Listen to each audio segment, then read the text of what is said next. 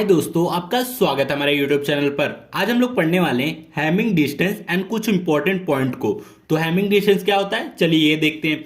Hamming distance between two binary string of same size is the number of difference between corresponding bit. ये क्या बोल रहा है, अगर हमारे पास दो बाइनरी स्ट्रिंग है सेम साइज का, तो उन दोनों बाइनरी स्ट्रिंग में नंबर ऑफ डिफरेंस कितने होंगे, इसी को बोल रहा है हैमिंग डिस्टेंस। अभी हम लोग इसको एग्जांपल से समझेंगे तो हैमिंग डिस्टेंस आपको समझ में आएगा कि क्या होता है। Hamming distance between two binary string is denoted by d x Y.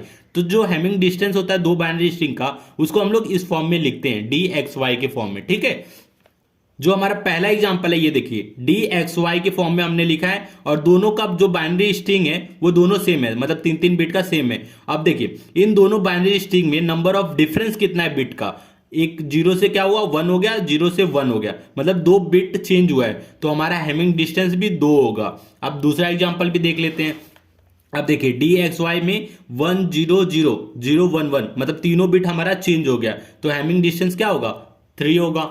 अब तीसरा भी एग्जांपल देख लीजिए, डी एक्स वाई में 1 0 1 0 1 है, तो इसका चेंज क्या हुआ, जीरो से क्या हो गया, वन हो गया, वन से जीरो हो गया, जीरो से वन हो गया, वन से जीरो हो गया, मतलब हमारा हैमिंग डिस्टेंस 4 है।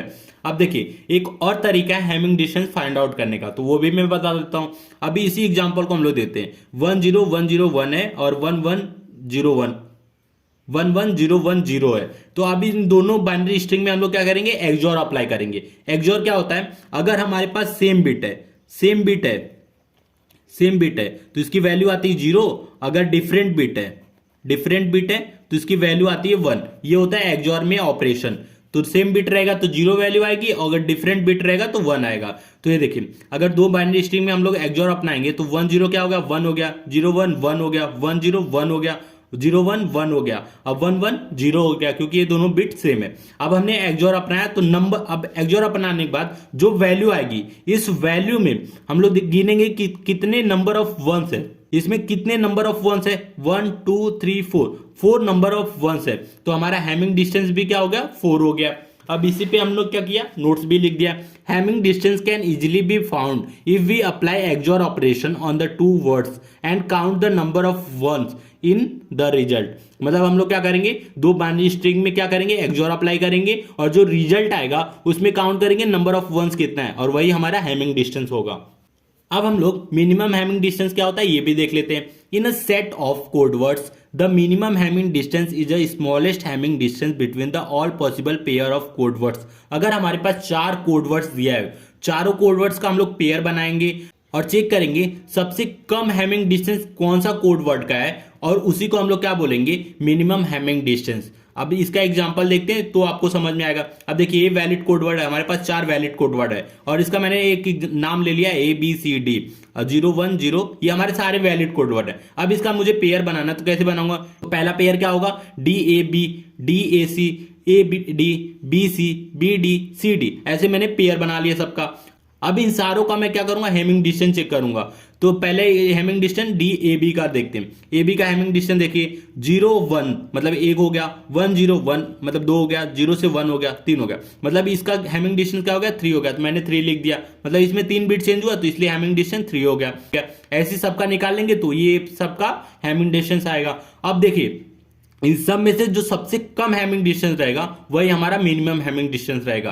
तो अगर ये बोल रहा है कि इस वैलिड कोड वर्ड में मिनिमम हैमिंग डिस्टेंस क्या है, तो मिनिमम हैमिंग डिस्टेंस 1 है, क्योंकि देखिए 1 2 बार आया लेकिन हैमिंग डिस्टेंस यही सबसे कम है, तो इसलिए हमारा मिनिमम हैमिंग डिस्टेंस इस कोड वर्ड का हमारा 1 होगा। ठीक है, तो ये हमारा हो गया मिनिमम हैमिंग डिस्टेंस।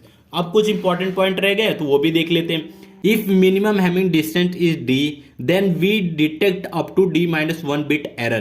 ये क्या बोल रहा है, अगर हमारा हैमिंग डिस्टेंस समझ लीजिए 2 बिट का है, तो हम लोग क्या करेंगे, हम लोग d-1 मतलब 1 बिट के एरर को डिटेक्ट कर सकते हैं।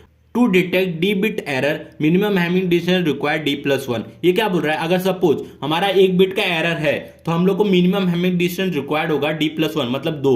सेम इसका अपोजिट लिखा हुआ है, अगर हमारे पास 1 बिट का एरर हो रहा है तो हमें कम से कम 2 हैमिंग डिस्टेंस की रिक्वायर्ड होगी होगी। अब हम लोग का थर्ड पॉइंट देख लेते हैं। To correct d bit error minimum Hamming distance required two into d+1। ये क्या बोल रहा है, अगर आपको डी बिट के एरर को करेक्ट करना है तो आपको मिनिमम हैमिंग डिस्टेंस रिक्वायर्ड होगी 2 × D+1। 2 × D+1 का मतलब क्या हो गया, 2 × 1+1 मतलब 3, मतलब हैमिंग डिस्टेंस आपको 3 रिक्वायर्ड होगी। अगर एक बिट का आपको करेक्ट करना है तो आपको हैमिंग डिस्टेंस 3 होना चाहिए। तो इस तरह से मतलब इस फॉर्मूले से हम लोग करेक्शन का भी हम लोग फाइंड आउट कर सकते हैं। देखिए हम लोग डिटेक्ट का भी फाइंड आउट कर लिया फॉर्मूला और करेक्ट का भी फाइंड आउट कर लिया। ये बहुत इंपॉर्टेंट है गेट वालों के लिए, जो भी मतलब कोई भी एग्जाम देने वाले तो उन लोगों के लिए बहुत इंपॉर्टेंट पॉइंट है। तो ये हो गया हमारा आज का वीडियो कंप्लीट। तो वीडियो अच्छा लगा तो प्लीज वीडियो को लाइक और हमारे चैनल को सब्सक्राइब कीजिए।